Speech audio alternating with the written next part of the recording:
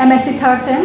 Now we are going to start our next unit, which is fourth unit, and fourth unit also carry plant disease. Now we start the disease of sugarcane. आपके syllabus में smut of sugarcane और red rot of sugarcane disease mention है. Now we start the whip smut of sugarcane. Sugarcane का botanical name है Saccharum officinarum, as you know. Whip smut of sugarcane is caused by the pathogen Ustilago scitaminea. जो Ustilago है वही whip smut of sugarcane को cause करता है, जिसकी variety है सैटेमिनाe, जो कि क्लास बैसिडियोमाइसिटीज को बिलोंग करता है. ऑर्डर है अस्टिलेजिनेस और फैमिली है इसकी अस्टिलेजिनेसी. बेसिकली जब कोई भी पैथोजन किसी प्लांट पर इन्फेक्शन कॉज करता है तो उसमें कुछ सिम्टम्स अपेयर होते हैं जिनके बिहाफ पर हम उस डिजीज़ को आइडेंटिफाई करते हैं. Now the symptom of weep smut of sugarcane, जैसा कि इसके नाम से ही पता लग रहा है, वीप स्मट मीन्स चाबुक. जो चाबुक होता है उस तरह के सिम्टम इसमें डेवलप हो जाते हैं. होता क्या है कि इस पैथोजन का जो सबसे इफ़ेक्ट रहता है वो जो शुगर केन है उसके फ्लोरल पार्ट पर, या हम कह सकते हैं upper most part of the shoot is severely infected by the pathogen. इस पैथोजन की वजह से उसमें सीवियरिटी कॉज होती है, डिजीज़ कॉज होती है, जिससे शुगर केन का जो अपर पार्ट है जहाँ के फ्लावर का डेवलपमेंट होना चाहिए वह एक whip like structure, whip means चाबुक नुमा संरचना में कन्वर्ट हो जाता है. और ये जो वीप लाइक स्ट्रक्चर है कोई छोटा नहीं होता, ये सेवरल फीट लंबा होता है. और कई बार तो ये वीप लाइक स्ट्रक्चर इतना लंबा होता है कि शुगर केन का जो प्लांट है उससे टर्न होके नीचे ज़मीन तक आ जाता है. मीन्स ये जो वीप लाइक स्ट्रक्चर है लंबा है, शूटी है और ये अपने आप में मुड़ा हुआ या घुमाव वाला मीन्स टर्न इटसेल्फ है. ये जो वीप लाइक स्ट्रक्चर का बनना ही इस डिज़ीज़ का मेन सिम्टम है. हम इस डिजीज़ को किसी स्पॉट फॉर्मेशन से या किसी स्पोर फॉर्मेशन से आइडेंटिफाई नहीं कर सकते. जब ये डिजीज़ डेवलप होती है तो हम शूट के अपर मोस्ट पार्ट को देखते हैं. अपर मोस्ट पार्ट में फ्लावर की जगह वीप लाइक स्ट्रक्चर बन जाता है. यही इस डिजीज़ का मेन सिम्टम है.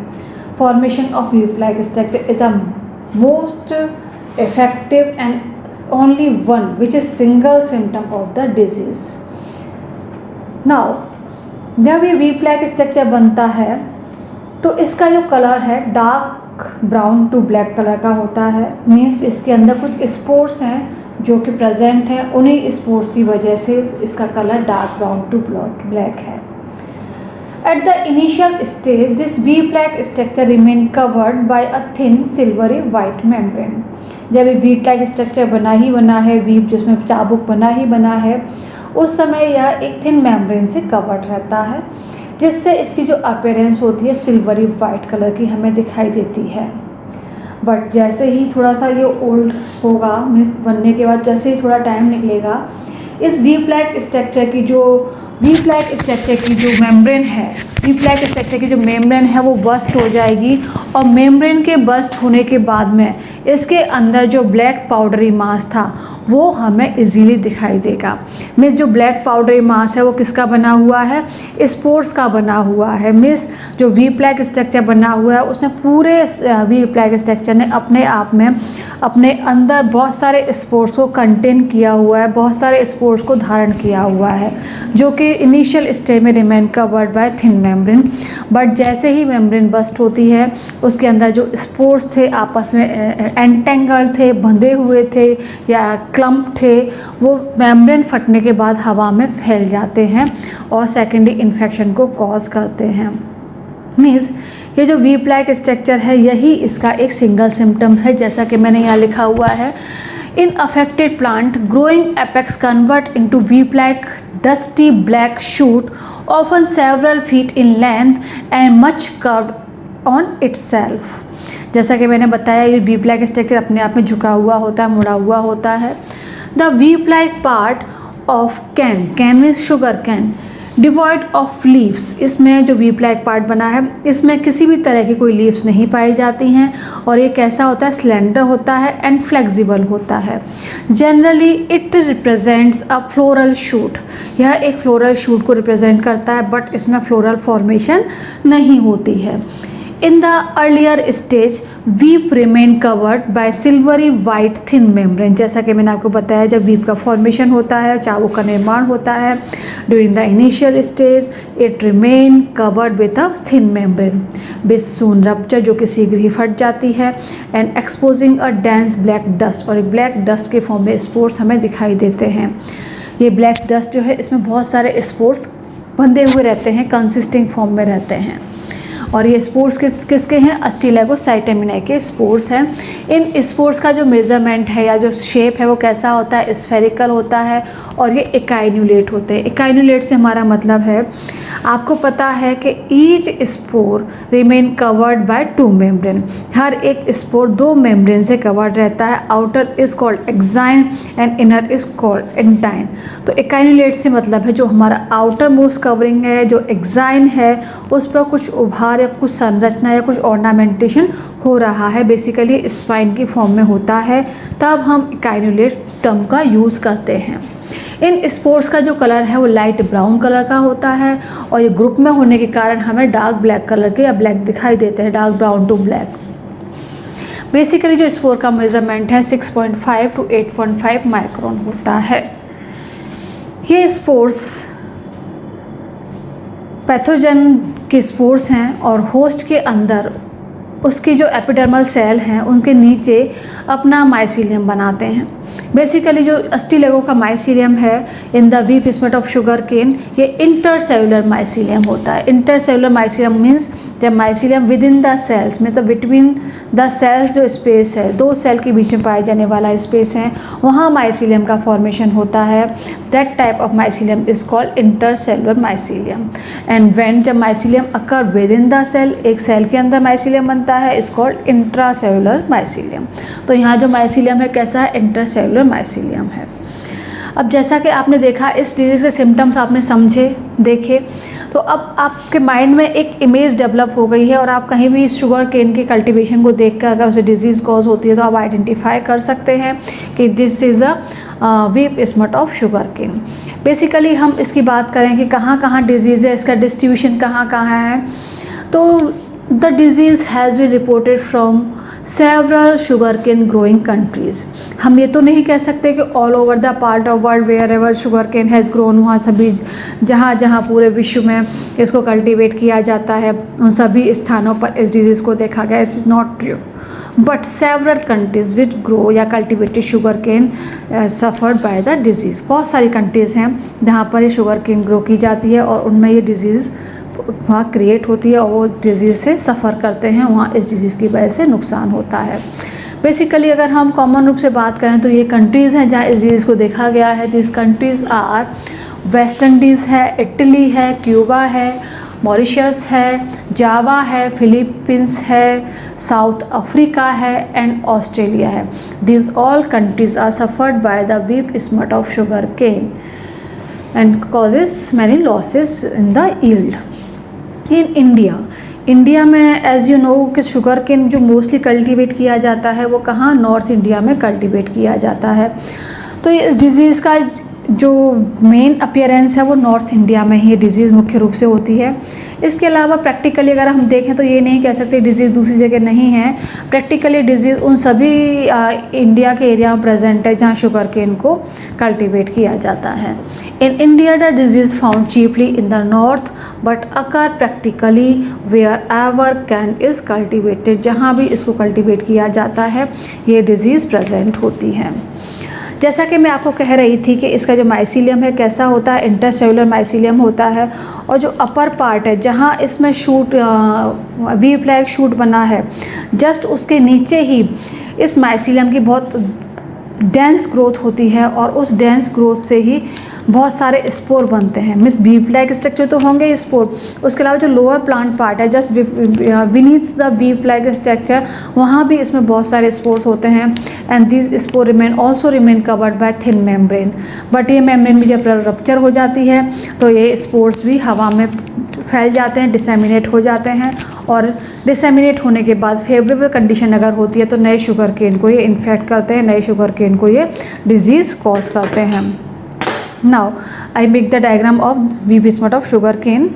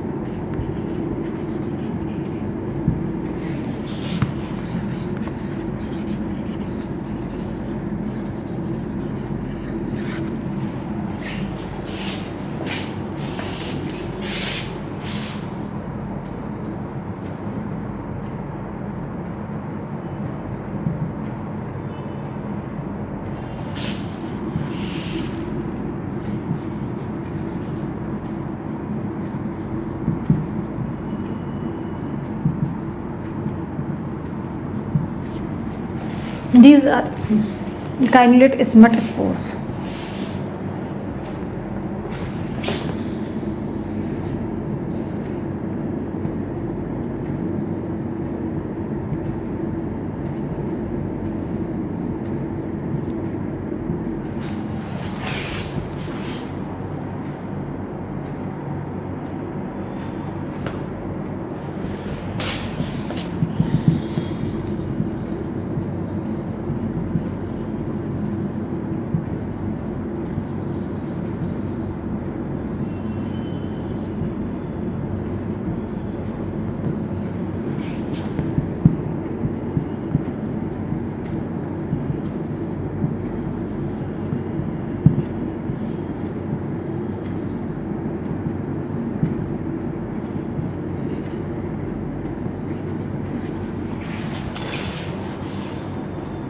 Now in the diagram this is a shoot of sugar cane, जिसमें आपको दिखाई दे रहा है ये वी का फॉर्मेशन हुआ है जो कि काफ़ी कर्व है और नीचे तक पूरा कर्व फॉर्म में लटका हुआ है। Is remain covered bye thin membrane. जब ये मेम्ब्रेन फट जाती है तो स्पोर बाहर निकलते हैं। यहाँ मैंने सिर्फ 2 स्पोर्स को दिखाया है, बाकी नंबर ऑफ स्पोर बहुत ज़्यादा होता है। This are cannulate smut spore होते हैं। And during the favourable condition, जब फेवरेबल कंडीशन आती है तो ये स्मट स्पोर जर्मिनेट होकर बेसिडियम का फॉर्मेशन करते हैं और बेसिडियम पर बेसिडियो स्पोर बनते हैं। तो इस तरह से हमने देखा कि जो smut whip smut of sugar cane है, ये whip smut of sugar cane Ustilago इसको कॉज कर रहा है, जो कि स्पोर कैसे हैं, स्फेरिकल हैं, कैनुलेट हैं, और इनका मेजरमेंट मैं आपको बता ही चुकी हूँ। मेजरमेंट इज़ 6.5 to 8.5 माइक्रोन है। The smut spore are intermingled with group of colourless thin walled sterile cells. सिर्फ ऐसा ही नहीं है कि जो वीप है इसके अंदर सारे के सारे स्पोर्स ही भरे हुए हैं। इन स्पोर्स के साथ साथ कुछ कलरलेस सेल्स भी होती हैं। ये कलरलेस सेल्स के साथ मिले हुए होते हैं, इंटरमिंगल्ड होते हैं, और ये जो कलरलेस सेल्स हैं ये स्टेराइल होती हैं, ये स्पोर्स नहीं होती हैं, ये फर्टिलिटी में या आगे स्पोर फॉर्मेशन में काम नहीं करती हैं। The spore are disseminated by wind and they readily germinated in water और मॉइस्ट इन द अर्थ। जहाँ पर ये स्पोर गिरेंगे, ज़मीन पर जाके गिरेंगे, अगर वहाँ फेवरेबल कंडीशन है, मीन्स पानी प्रेजेंट है या मॉइस्चर प्रेजेंट है, तो ये स्पोर जर्मिनेट हो जाएंगे। जर्मिनेट होने के बाद ये फॉर्म 3 सेल प्रोमाइसिलियम, इनसे 3 सेल प्रोमाइसिलियम बनता है। From which terminal and lateral sporidia, जिस जो 3 सेल जहाँ से बना है 3 सेल प्रोमाइसिलियम बनेगा। दिस 1 2 3 सेल प्रोमाइसिलियम है। ये 3 सेल माइसिडियम से स्पोरिडिया या बेसिडियो स्पोर बनते हैं। ये जो बेसिडियो स्पोर बनते हैं ये आगे इन्फेक्शन कॉज करते हैं। और ये कहाँ बने हैं बेसिडियोस्पोर? सॉइल में बने हैं। मीन्स ये कहाँ रहेंगे? सॉइल में रहेंगे और ये वेट करेंगे न्यू जो इसका होस्ट है, न्यू होस्ट से कॉन्टेक्ट में आए और उसको ये इन्फेक्ट करें, उसमें ये डिजीज़ को कॉज करें। अब हम बात करते हैं कि इस डिज़ीज़ का नेचर कैसा है। जैसा कि मैंने आपको बताया कि डिसेमिनेट होने के बाद जो स्पोर्स हैं कहाँ हवा में उड़ते हुए ज़मीन पे आके गिरते हैं, और अगर वहाँ वाटर या मॉइस्चर प्रेजेंट है तो जर्मिनेट होके ये बेसिडियम या प्रोमाइसिलियम बनाएंगे। प्रोमाइसिलियम से स्पोरिडिया या बेसिलियम का स्पोरिडिया या बेसिडियोस्पोर का फॉर्मेशन होगा। तो हम कह सकते हैं the disease is seed borne as well as soil borne, क्योंकि ये जो स्पोर्स हैं ये इसकी जो सेट्स हैं, आपको पता है कि शुगर केन का जो कल्टीवेशन करते हैं, शुगर केन के सीड्स नहीं होते, इनके सेट्स या टुकड़ों से कल्टीवेशन किया जाता है। इनके टुकड़ों को हम ज़मीन में सो करते हैं, बोते हैं, और इसके जो टुकड़े हैं या जो सेट्स हैं इस तरह से होते हैं कि उसमें इंटर नोड वाला और नोड वाला पार्ट आए। में से जो नोड वाला पार्ट है ये वाला पार्ट आए, क्योंकि जब जर्मिनेट होंगे तो शुगर केन के नोड वाले पार्ट से ही न्यू प्लांट का फॉर्मेशन होता है। एंड तो जो स्पोर्स हैं ये या तो सॉइल में प्रेजेंट हो सकते हैं, या जो इन्फेक्टेड प्लांट है जिसको हमने न्यू कल्टीवेशन के लिए चूज़ किया है उसके ऊपर भी ये चिपके हुए या एडहरिंग फॉर्म में रह सकते हैं। That's why the disease is soil borne as well as seed born.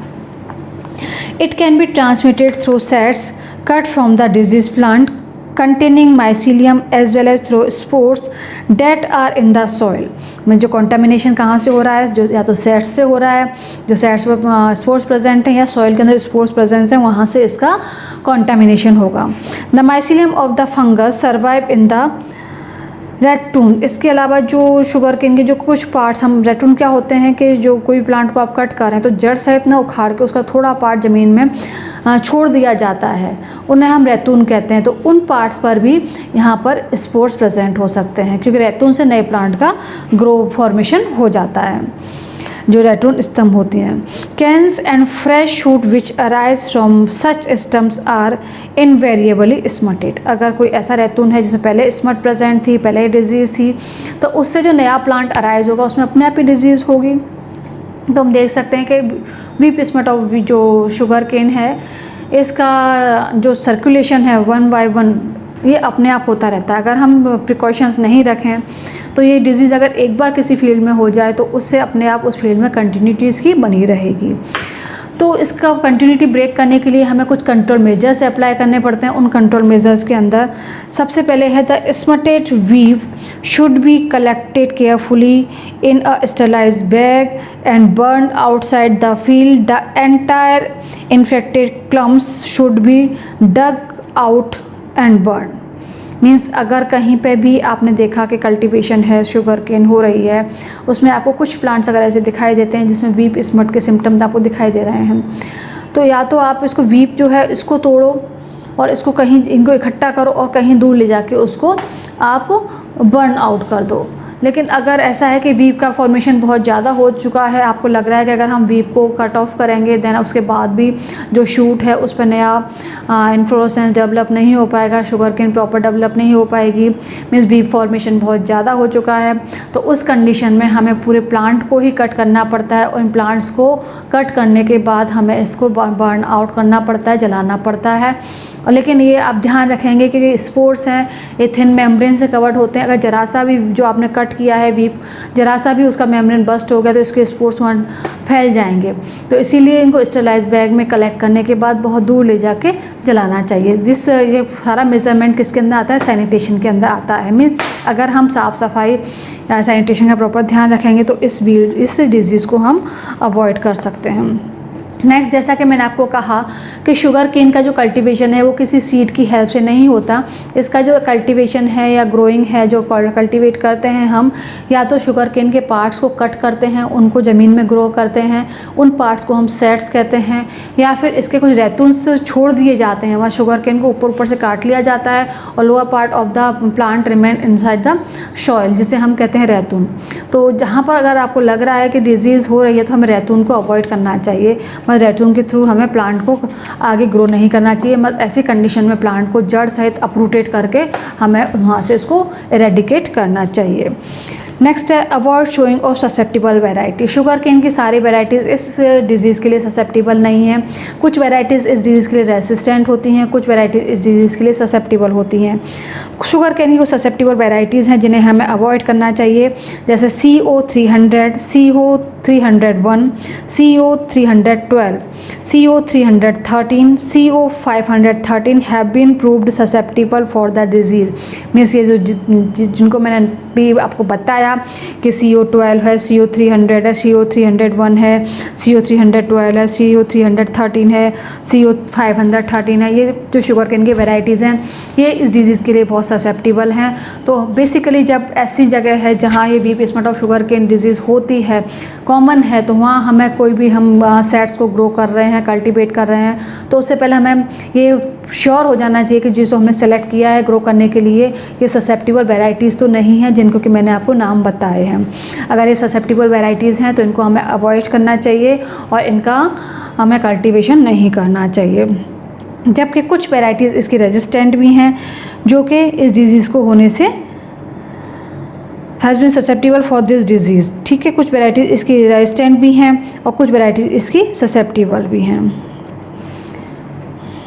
Next, treatment of sets before sowing. अगर आपको लग रहा है कि हमारे पास जो सेट्स हैं वो रेजिस्टेंट वैरायटी के नहीं हैं, कोई दूसरा ऑप्शन नहीं है, हमें इन्हीं को कल्टीवेट करना पड़ेगा और उस पर चांसेस हैं कि वीक स्मेट ऑफ शुगर केन वापस से हो जाए, तो आपके पास एक लास्ट ऑप्शन रहता है कि आपने जो सेट्स चूज़ किए हैं उनको आप स्टरलाइज करो, उनको आप ट्रीटमेंट करो, मीन्स जिससे उसके सरफेस पे जो स्पोर्स हैं एडरिंग फॉर्म में हैं, चिपके हुए हैं, वो वहाँ से रिमूव हो जाएं।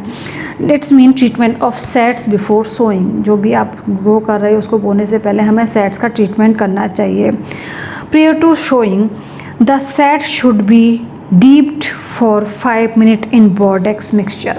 जो भी आपने सेट्स कलेक्ट किए हैं ग्रो करने के लिए, उन्हें ग्रो करने से पहले लगभग 5 मिनट से 1-2 मिनट ज़्यादा भी चलेगा, but not less than 5 minute इन्हें हमें बोर्डेक्स मिक्सचर के अंदर डिप कर देना चाहिए। और जो बोर्डेक्स मिक्सचर है उसका रेशियो लेना चाहिए 2:2 2:50, 2:2:50 के रेशियो में हमें बोर्डेक्स मिक्सचर कलेक्ट करके उसमें हमें स्मट स्पोर को 5 मिनट के लिए, बोर्डेक्स मिक्सचर का रेशियो है इसका, हमें सॉल्यूशन बनाना है बोर्डेक्स मिक्सचर का और इसमें फॉर 5 मिनट हमें इसको डिप करना है for the removal of smut whip smut spore and for growing healthy crop. अगर आपके पास ये कंडीशन है कि बोर्डेक्स मिक्सचर भी नहीं है, then you have to apply hot water treatment. आप हॉट वाटर ट्रीटमेंट भी अप्लाई कर सकते हो। Prior to sowing the sets should be dipped in hot water. आप जो भी आपको सेट्स को ग्रो करना है उन्हें ग्रो करने से पहले, बोने से पहले उन्हें हॉट वाटर में डिप कर दें। और यह ध्यान रखें कि हॉट वाटर का जो टेम्परेचर है वो 50 to 52 डिग्री सेल्सियस होनी चाहिए, 50 से 52 degree Celsius, 50 to 52 degree Celsius temperature वाला जो है वाटर, इसमें आपको इन सेट्स को डिप करना है। और डिप कितने टाइम के लिए करना है? 20 to 25 मिनट। यहाँ हमें 20 से 25 मिनट के लिए डिप करना है और यहाँ बोर्डेक्स मिक्सचर में ओनली 5 मिनट के लिए डिप करना है। ओके, अगर आप हॉट वाटर में ट्रीटमेंट करते हैं देन इस जो week smut of sugar cane है इसके होने के चांसेस बहुत कम हो जाते हैं। Then healthy sets, the sets of for sowing should be taken from healthy crop. ये बात ध्यान रखें, आप जब भी आप ग्रो कर रहे हैं तो आप जो भी चूज़ करें हेल्दी क्रॉप से ही चूज़ करें। और रेजिस्टेंट वैरायटी हैं इसकी आप नाम लिख लेंगे। कुछ रेजिस्टेंट वैरायटीज़ हैं जिन्हें हम इसका वीक स्मेट ऑफ शुगर केन को अवॉइड कर सकते हैं। वो है CO356, CO395 लाइक दिस।